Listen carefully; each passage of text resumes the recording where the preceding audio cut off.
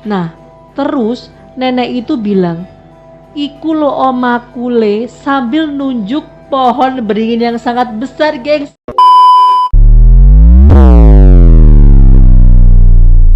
Story, gengs.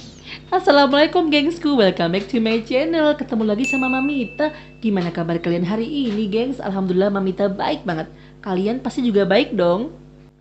Buat kalian kaum rebahan, jangan lupa siapin cemilan sama minuman manis biar nontonnya makin asik.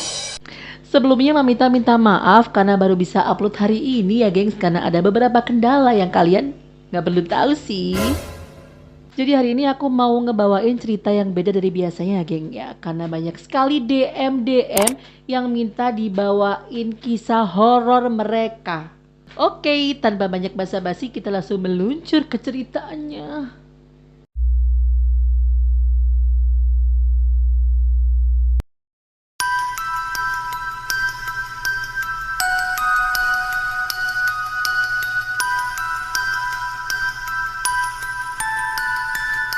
Oke, jadi cerita yang pertama Mamita kasih judul Hantu Kamar Mandi.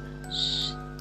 Jadi Mamita punya temen namanya itu Rina gengs. Dia adalah pengantin baru dan dia tinggal hanya berdua di sebuah rumah tua sama suaminya. Konon rumah tua tersebut adalah bekas kos-kosan gengs.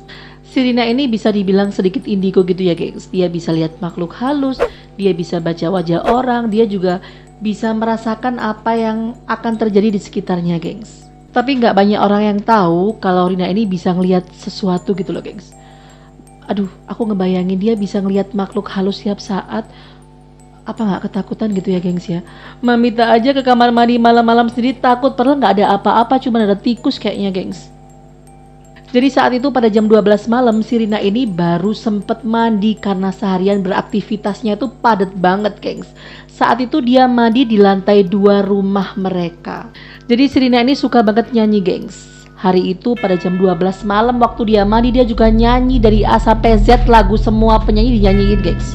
Dan pada saat dia keramas gengs, dia itu kan sambil nyanyi, tiba-tiba ada suara celetukan laki-laki misterius. Dan itu jelas banget bukan suara suaminya gengs. Bahasa Jawanya gini gengs, "Ojo nyanyi ya iki wis bengi, kok nyanyi ya yo?" Terus Rina ini jawab gengs, "Lah opo wong iki omahku kok sakarepku aku ate nyanyi opo ora?" Terus pria misterius tersebut bersuara lagi gengs, "Iki kudu omamu, awakmu mek nunut nang bojomu." Terus setelah itu saat Rina membalikan badannya gengs, ada seorang laki-laki tanpa busana duduk bersila di bawah kamar mandinya gengs. Maksud Mamita di belakang dia di tembok. Jadi laki-laki itu duduk bersender sambil bersilat tanpa menggunakan baju. Rina bilang rambut si laki-laki itu keriting panjang, wajahnya itu coklat dan kulitnya coklat kehitaman. Setelah selesai mandi, Rina bergegas lari menuju kamarnya gengs. Gak cuma sekali itu Rina diganggu gengs. Rina tuh sering banget diganggu sama makhluk-makhluk gak kasat mata itu. Itulah gengs, makanya kalian perlu banget mengucapkan doa sebelum dan sesudah masuk kamar mandi. Udah apal belum kalian gengs? Oke gengs, kali ini kita lanjut ke cerita yang kedua. Cerita horor yang kedua ini datang dari teman Mamita yang namanya Bowo. Halo Bowo, masih ingat ya kau pada aku? Wow. Jadi waktu itu si Bowo lagi ikut bapaknya mengirim suatu barang ke Jawa Tengah gengs. Saat perjalanan pulang mereka itu kecapean dan berhenti di sebuah pasar kurang lebih pukul jam 2 dini hari gitu gengs. Nah pada saat itu bapaknya si Bowo ini lagi bubuk, sementara si Bowonya ini lagi nonton kanan kiri, depan, gak ada apa-apa sama sekali sih geng. Terus akhirnya dia merasa gerah di dalam mobil dan dia turun mobil buat ngeliat suasana sekitar gengs. Dan pada saat itu ada seorang nenek-nenek tua menggunakan jari, basa Jawane sewek iku lho gengs. Si Bowo ini ngira kalau nenek itu mungkin maaf ya adalah seorang peminta-minta atau pedagang di pasar tersebut geng. Terus Mas Bowo ini deketin nenek-nenek tersebut dan terjadilah komunikasi di antara mereka. Si nenek tersebut bertanya kepada Bowo, "Omamu endi le, asalmu endi? awakmu lapo neng kene? Dan Bowo pun menjawab, kulo asli Malang, Mbah. Lalu si nenek tersebut membalas, oh Malang kota apel iku wale. Bowo pun menjawab, enjeh Mbah. Lalu si nenek tersebut menawari Bowo ini teh hangat. Jam 2 malam minum teh hangat pasti enak dong gengs. Nenek tersebut mengajak Bowo ke rumah si nenek tersebut dan Bowo pun mau. Terno aku mulai yoling kok tak gawekno teh hangat. Akhirnya Bowo menggandeng tangan si nenek tersebut menuju ke sebuah rumah yang katanya adalah rumah nenek tersebut. Setelah sampai di sana, Bowo itu kaget gengs karena rumahnya itu gede banget, ada pohon beringinnya dan menyerupai sebuah gudang gitu loh gengs. Masa sih nenek-nenek itu tinggal di sana? Dan kayaknya sih serem gitu gengs ya. Bowo ini sebenarnya udah ngerasa nggak enak sebelum memasuki gerbang rumah nenek itu gengs. Tapi akhirnya nenek itu berhasil mengajak Bowo masuk ke rumah nenek tersebut. Maksudnya ke gerbangnya gengs. Di dalam bangunan itu si Bowo sama sekali nggak ngelihat bangunan yang layak untuk ditinggali nenek itu gengs. Bowo ngerasa loh, kenapa bangunannya kayak gini ya? Kok sepertinya nggak ada rumahnya tapi cuma ada gudang dan tong-tong gitu gengs. Nah terus nenek itu bilang, iku lo omaku le, sambil nunjuk pohon beringin yang sangat besar gengs. Serem banget, Mamita takut. Dan Bowo kaget banget dan ngerasa ada yang gak beres dalam hal ini gengs. Bowo pengen banget cepet-cepet keluar dari gerbang itu dan bilang, Mbah kula wangsul mawon ge. Ojo nak tak gaekno teh, ojo tak gaekno teh. Boten kula wangsul mawon. Tapi si nenek tersebut memegang erat-erat tangan si Bowo sampai Bowo gak bisa lari gengs. Naasnya dan yang bikin kaget, gerbangnya itu kekunci gitu loh gengs ya. Gak bisa dibuka, susah banget. Sesusah ngedapetin hati kamu gitu loh gengs. Setelah susah payah buka gerbang itu, alhamdulillah akhirnya gerbangnya terbuka dan Bowo itu lari kenceng banget menuju mobil bapaknya gengs. Setelah Bowo sampai di mobil bapaknya, dia nutup rapat-rapat itu pintu. Baru duduk 2 detik, Bowo ngeliat ke samping kiri, ternyata nenek itu udah ada di samping kirinya dengan rambut yang diurai berwarna putih gengs. Bayangin gengs, nenek tadi kan minta diantar pulang sama Bowo ini awalnya sebenarnya karena katanya sih kakinya itu sakit dan gak bisa jalan cepet. Tapi saat Bowo berlari kenceng kayak gitu, apa mungkin menurut kalian kalau nenek itu ikut lari sekencang Bowo? Menurut kalian gimana gengs? Mustahil banget deh kalau kata Mamita. Sorry gengs ya kalau kata-kata Mamita belepotan, soalnya jujur banget Mamita bener-bener takut bawain cerita ini. Ini bukan cerita fiktif tapi cerita asli yang terjadi di dunia nyata gengs. Kalau kalian ada di posisi itu gimana gengs? Kalian bakal nutup mata, kalian bakal bangunin bapak kalian, atau kalian bakal teriak gengs? Kalau Mamita berdoa gitu loh gengs. Akhirnya si Bowo ini memejamkan mata sambil berdoa. Dan diliriknya lagi si nenek itu udah hilang. Sekali lagi berdoa itu penting ya gengs untuk menjauhkan kita dari hal-hal yang tidak diinginkan seperti itu.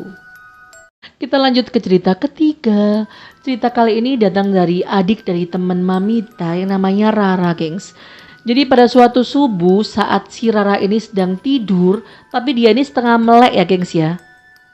Basa Jawane iku koyok ngelelir tapi setengah tindian ngono lho gengs. Dia melihat penampakan seorang wanita yang sangat cantik yang didefinisikan mirip sama Nia Rahmadani dan cantik banget gitu loh gengs. Wanita itu menggunakan sebuah mukena dan sholat di hadapan si Rara ini gengs. Si Rara sontak kaget banget gengs. Dan si perempuan cantik itu hanya bilang, kamu harus pakai hijab ya. Kalau kamu memakai hijab, insya Allah derajatmu akan dinaikkan sama Gusti Allah. Si Rara ketakutan lalu menghidupkan lampu kamarnya. Dan beberapa menit kemudian si Rara tertidur lagi. Dan Rara saat itu mimpi. Dan di mimpinya terlihat Rara sudah menggunakan hijab dan memakai sepatu berhak tinggi gengs. Dan di sekitar Rara itu juga ada seorang perempuan yang wajahnya juga bersinar banget gitu gengs. Gak cuma satu perempuan tetapi ada beberapa perempuan. Dan di sana banyak suara-suara seperti yang dikatakan sama Mbak cantik yang sholat di depan Rara tadi gengs. Derajatmu akan dinaikkan sama Gusti Allah. Derajatmu akan dinaikkan sama Gusti Allah, seperti itu gengs. Beberapa minggu kemudian, siap atau nggak siap, akhirnya alhamdulillah si Rara ini berhasil menggunakan hijab. Sebenarnya katanya sih dia itu bimbang karena dia tidak memiliki baju berlengan panjang dan juga celana atau rok yang panjang gengs. Tetapi berkat motivasi dari orang sekitarnya, akhirnya Rara memberanikan diri untuk berhijab. Dan alhamdulillah memang sejak saat itu kehidupannya seolah diangkat sama Gusti Allah gengs. Intinya dari cerita ini, yang baik bisa kalian ambil, yang jelek kalian buang jauh-jauh ya gengs ya. Oke, kita lanjut ke cerita horor keempat gengs. Cerita ini adalah kiriman dari salah satu teman IG Mamita ya gengs ya. Jadi ada sepasang suami istri yang saat itu sedang dalam perjalanan menuju ke kota Lumajang, Jawa Timur gengs.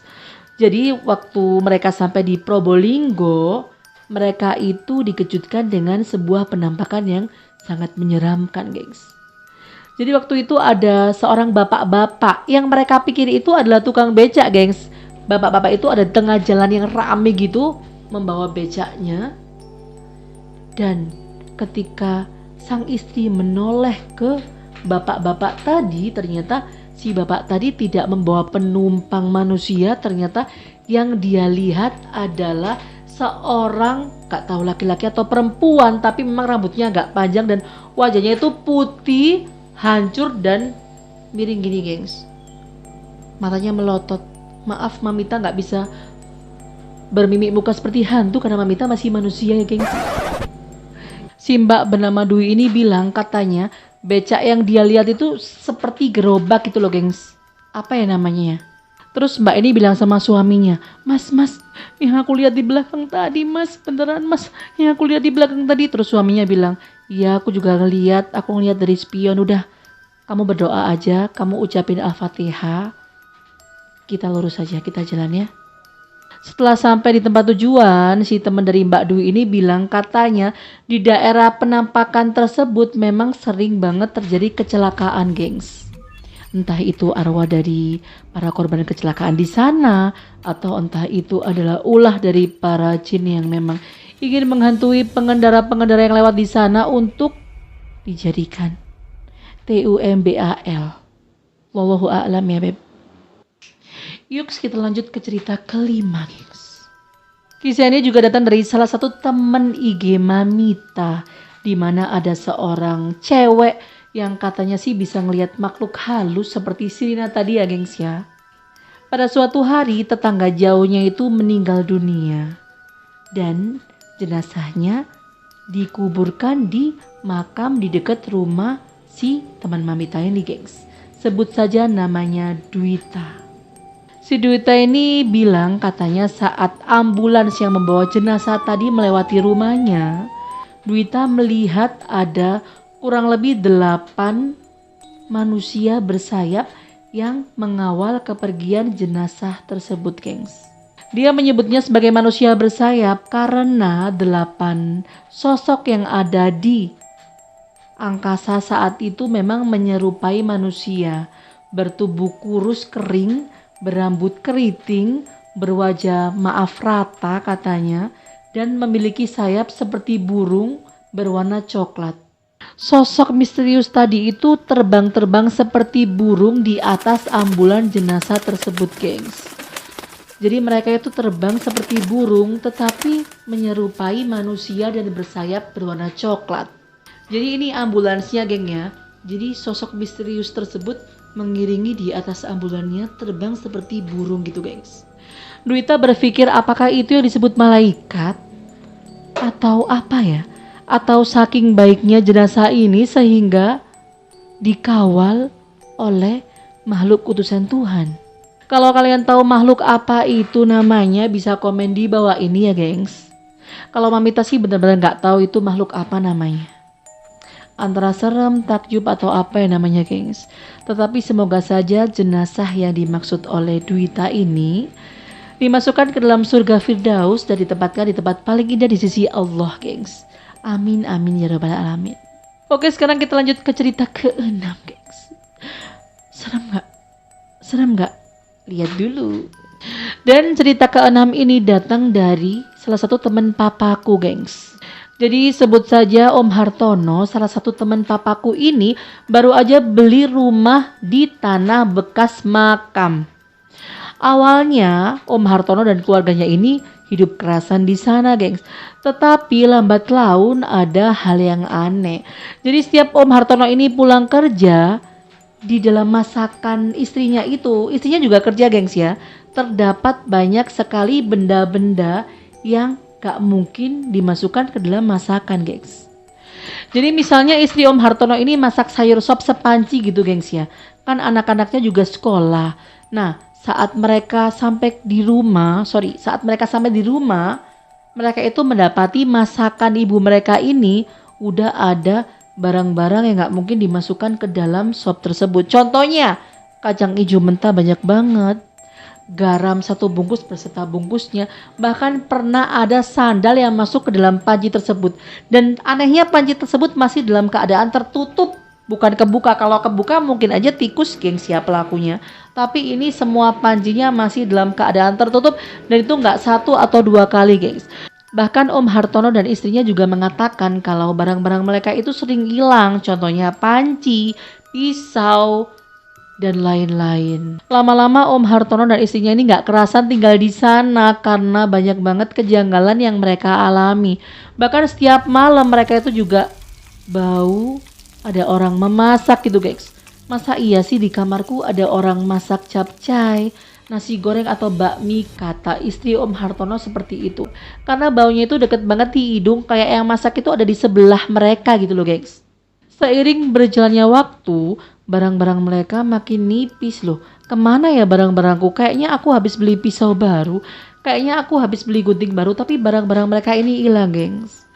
Dan saking gak kerasannya, akhirnya mereka pindah dan berniat menjual rumah tersebut gengs. Dan saat mereka hendak pindah, saat kasur mereka diangkat, lebih tepatnya tempat tidurnya gengs yang diangkat sama kasurnya sih, di bawah kolong tempat tidur itu banyak banget barang-barang yang mereka cari. Masa iya sih tikus sekecil itu bisa bawa panci presto ke dalam kamar yang notabene jauh dari dapur? Akhirnya mereka merasa keputusan pindah dari rumah itu adalah keputusan yang sangat tepat gengs.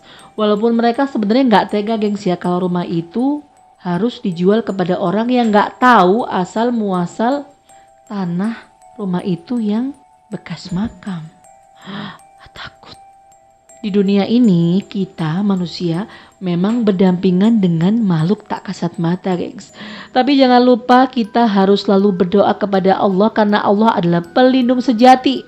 Kalau kalian mau pindah rumah jangan lupa kalian melakukan selamatan. Paling enggak kalian memberi tetangga kanan kiri makanan dan berdoa bersama gitu gengs.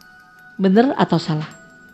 Oke geng, sekian cerita horor Mamita hari ini. Kalau kalian punya cerita horor, kalian bisa DM atau komen di bawah ini.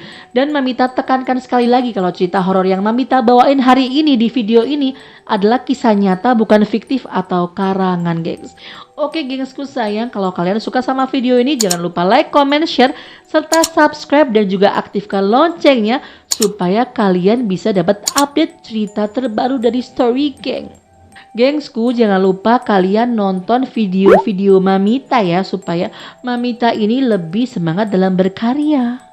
Oke, sekian gengsku sayang. Salam dari Mamita, salam dari cerita horror story geng. Udah enggak? Kayaknya dia pas kita cerita kita agak merinding, Mm. dia datang. Iya. Kalau di sini sih aku jujur ya,